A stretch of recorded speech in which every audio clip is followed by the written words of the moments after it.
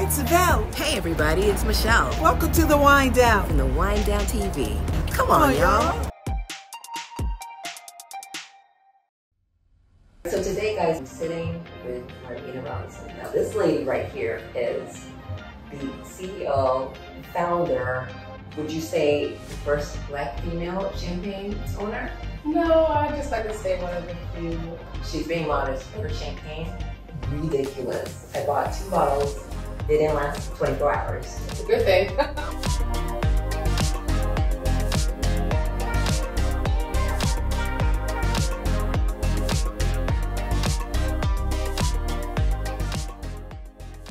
You combined your love of your hometown with drinking champagne.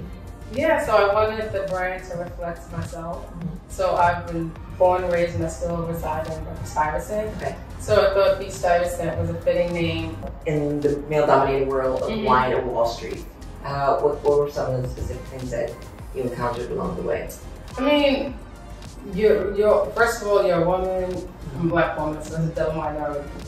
Most of the time when you're in certain positions, certain roles, you are the only one sitting in a room. Or if you're sitting in a room of 100, no less than 10 people that look like you and probably have that same gender, same nationality.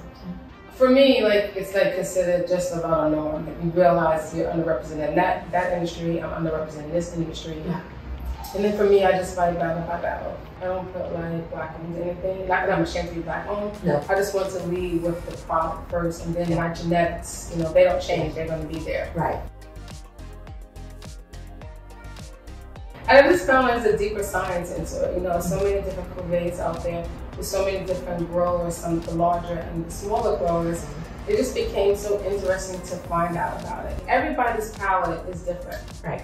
So I had to base everything off of what I liked, my background, what I loved, and my palate, and I knew I wanted a champagne. So I said that's it. I didn't explore anything else because it's what I drink. Half the time when I'm drinking, even to this day, 98.625%, it is champagne. It's hard to, it would be hard to make something that everybody would love. So you just base it off of the things that you like. How long did it take from the thought of I'm going to create my own champagne to actually the first bottle?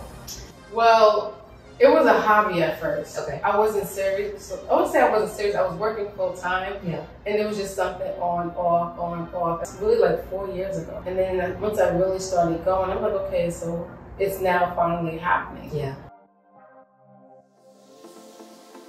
The differences between them, they're age different times. Right? Blanc de Blanc is stored at 24 months. We would have the Prestige Rosé and our Reserve, which is actually stored at 48 months. Okay. So those are some of the differences between the two. The Grand Reserve is a 3-grape component. Actually, one of my favorites, and it's a 3 component for Pinot Noir, Meunier, and Chardonnay, versus the Reserve, which is what you tasted, only is actually a 2-grape component, which is actually the Meunier and the Pinot Noir, now Chardonnay. Okay.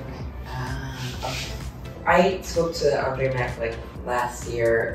We tried his OPP, and he said something that I thought was really interesting and so simple, but never really gave it any thought, which was, people get into businesses and they don't think about getting into other businesses without relating them together.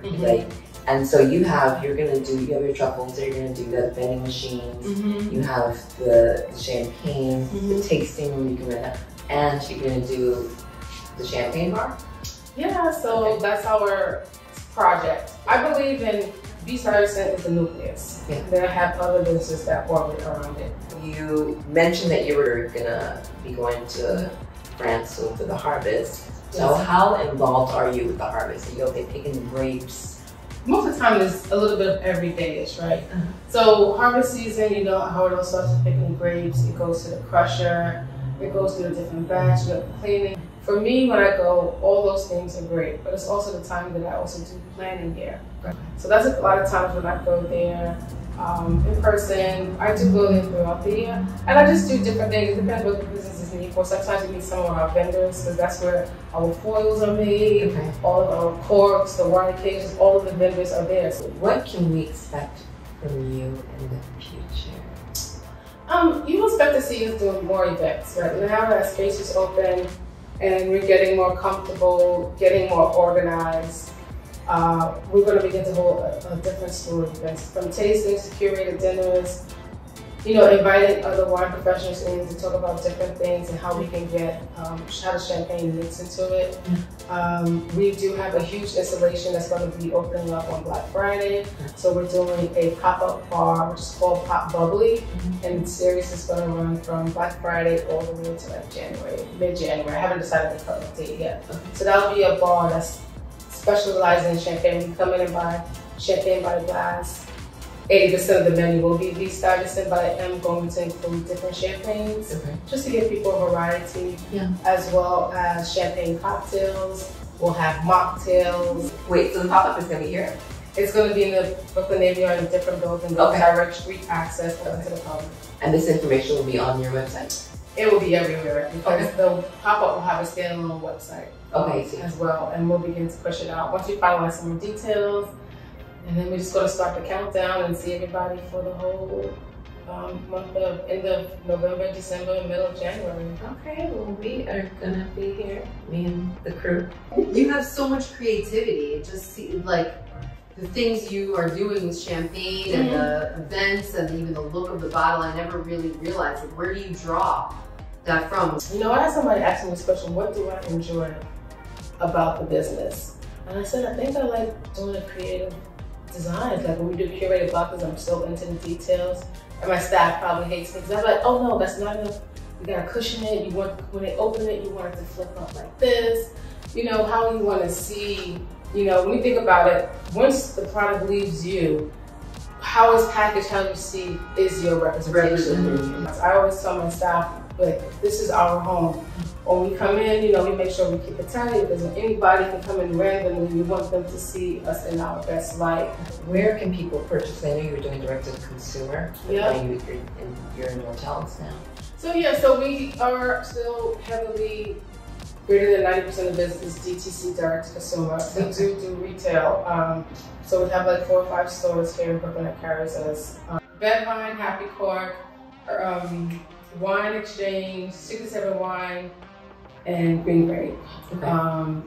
Vegetarian up in Harlem, Wine Concierge in DC, St. Cheese in the West Coast. And we're currently onboarding a couple of new stores and working on having being supplied in another country as well. Oh, nice, okay. Well, Marvina, I want to say thank you so much for taking the time to talk to me, to talk to the Mindell community, and share a little bit of you, or a lot of you, with us and your journey and your story. And we wish you all the best. Not that you need it, because your champagne, it will do it by itself. Thank you. It's very, very delicious, and I want to say thank you.